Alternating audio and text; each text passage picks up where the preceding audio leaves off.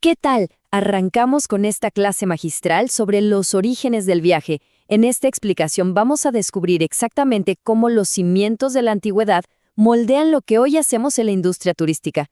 Y la verdad es que para quienes estudian esta fascinante disciplina, entender de dónde venimos no es un simple repaso histórico, es literalmente la herramienta más poderosa para diseñar la experiencia del huésped en el mundo moderno. Nuestro mapa de ruta de hoy es súper claro. Primero, veremos a los romanos y sus motivaciones. Segundo, saltaremos a la Edad Media, hablando de religión y guerra. Tercero, el Renacimiento y el famoso Grand Tour. Cuarto, el surgimiento del turismo moderno, para finalmente cerrar con las lecciones clave para los futuros profesionales del sector. Fíjense en esta línea de tiempo. Nos sirve muchísimo para dimensionar la magnitud de la historia que vamos a abarcar. Observar estos enormes bloques nos ayuda a entender cómo las necesidades humanas, combinadas con la tecnología de cada época, fueron construyendo pieza por pieza este gigante de la industria que tenemos hoy. Así que, punto número 1. Los romanos y sus motivaciones, o lo que podríamos llamar el mismísimo inicio del viaje por placer. El Imperio Romano es nuestro antecedente más claro. Miren esta cita del filósofo romano Séneca. Es increíble, ¿no? Habla de que las personas viajan buscando distracciones, cansadas de la comodidad, siempre persiguiendo algo que se les escapa. Resulta fascinante ver que la psicología humana de hace miles de años sigue siendo exactamente el mismo motor que utilizamos hoy para diseñar las experiencias de nuestros viajeros. Y para que se den una idea, la antigua ciudad de Bayas era como el tatarabuelo de los centros vacacionales de playa. Resulta que eso de querer relajarse junto al agua no tiene nada de nuevo. Las visitas que hacían los romanos a las termas son el espejo exacto de los inmensos resorts costeros y los modernos retiros de bienestar de la actualidad. O sea, ya desde entonces buscaban su propia versión de tirarse a descansar junto a la piscina. Pero claro, la gran pregunta es ¿cómo lograban hacer estos viajes? Bueno, los romanos tenían todo un sistema detrás. Rutas seguras, información súper precisa a través de guías de la época, paz imperial y, sobre todo, tiempo libre para la élite. Estos pilares históricos son, literalmente, los antepasados directos de nuestra logística global y de esas sofisticadas aplicaciones de viaje que todos traemos en el celular. Pasamos a la etapa 2, la Edad Media. Aquí la historia da un giro total hacia la religión y la guerra, impulsado por una inmensa necesidad de seguridad. Y es que, con la caída de Roma, las rutas se vinieron abajo y salir de viaje se volvió un acto de muchísimo peligro. Así que esta falta de seguridad física obligó a crear una de las dinámicas más antiguas de nuestro sector: viajar en grupos organizados. Atrás quedaron los días de ocio en la playa. Ahora, la motivación era la devoción, con peregrinaciones masivas a lugares como Canterbury o Tierra Santa, o bien movimientos de tropas durante las cruzadas. Un contraste totalmente radical. Pongan atención a este año, 1282. Representa un salto comercial gigantesco, porque en esa fecha se funda el primer gremio de posaderos en Florencia. Es el momento histórico exacto en el que dar alojamiento dejó de ser una simple obra de caridad para convertirse por fin en un negocio lucrativo y regulado por licencias. Y claro, con los negocios llega la competencia.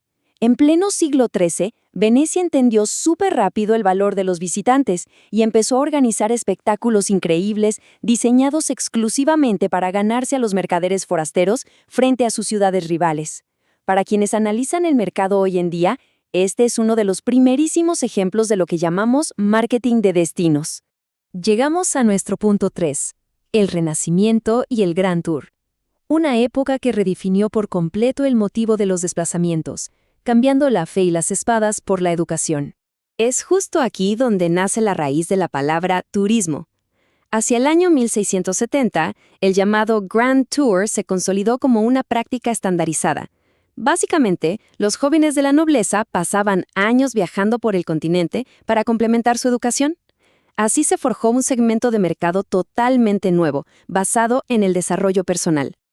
Al observar las rutas marcadas en este tipo de mapas de la época, queda clarísimo cómo esta delimitación geográfica, sumada a la popularidad de los manuales de viaje, sentaron las bases definitivas, o sea, inventaron la estructura fundamental de lo que hoy conocemos como itinerarios empaquetados. Pero, como en todo, había un debate. Por un lado, la academia de la época, con figuras como Lord Shaftesbury, insistía en el altísimo propósito educativo del viaje. Aunque la realidad es que muchísimos jóvenes solo buscaban aventura, placer y salir de fiesta. Esa eterna tensión entre el enriquecimiento cultural genuino y la pura diversión es un reto de diseño que cualquier agencia de viajes sigue enfrentando hoy en día. Punto número 4. El surgimiento del turismo moderno. La verdadera era de las masas, detonada por nada menos que la revolución industrial. Las nuevas tecnologías de transporte vinieron a revolucionarlo todo. Surge el turismo organizado, una innovación espectacular gracias a un verdadero visionario, Thomas Cook. En 1841, él logró algo histórico al combinar el transporte de grandes volúmenes con una gestión de agencia metódica y súper profesionalizada. Solo vean esta cifra, 774.910. Esa es la asombrosa cantidad de personas que viajaron en trenes de excursión organizada desde y hacia Londres solo durante el año 1851. Un número brutal que demuestra la explosión comercial absoluta que ocurre cuando logras democratizar el viaje y hacerlo accesible para la clase trabajadora y media. Si acomodamos todas las piezas en esta tabla, el panorama completo tiene muchísimo sentido. Queda muy, pero muy claro cómo las grandes transformaciones de esta industria ocurren siempre bajo una misma fórmula. Cuando un deseo humano profundo logra emparejarse con una nueva tecnología de transporte y su respectiva infraestructura de servicio. Pero bueno, la evolución no frena nunca. Hoy en día, como apuntan algunas teorías ya desde finales de los 80, estamos viendo cómo el sector abandona poco a poco ese modelo antiguo, masivo y estandarizado al estilo Thomas Cook. La tendencia actual es el nuevo turismo, donde todo apunta hacia la flexibilidad, la segmentación y el diseño súper personalizado a la medida del cliente. Llegamos a la recta final. Punto 5. Lecciones para profesionales turísticos. Es hora de traducir todo este viaje histórico en competencias reales y aplicables para diseñar el futuro. Cualquier persona que busque la excelencia y quiera triunfar en este sector, necesita dominar 4 áreas clave basadas en nuestra historia. Primero, comprender profundamente esas motivaciones psicológicas que nunca cambian. Segundo, saber estructurar operativamente la hospitalidad como un negocio real. Tercero, adaptarse rapidísimo a las nuevas tecnologías de transporte. Y cuarto, evolucionar constantemente hacia un nivel de personalización casi individual. Y con esto cerramos nuestra sesión, pero dejando una pregunta muy importante sobre la mesa. Sabiendo ya que el turismo moderno no es ninguna casualidad, sino el producto de siglos de evolución, ¿cómo van a diseñar quienes liderarán la industria mañana las experiencias para un mundo que ya superó el turismo de masas? El conocimiento ya está ahí, los cimientos están listos.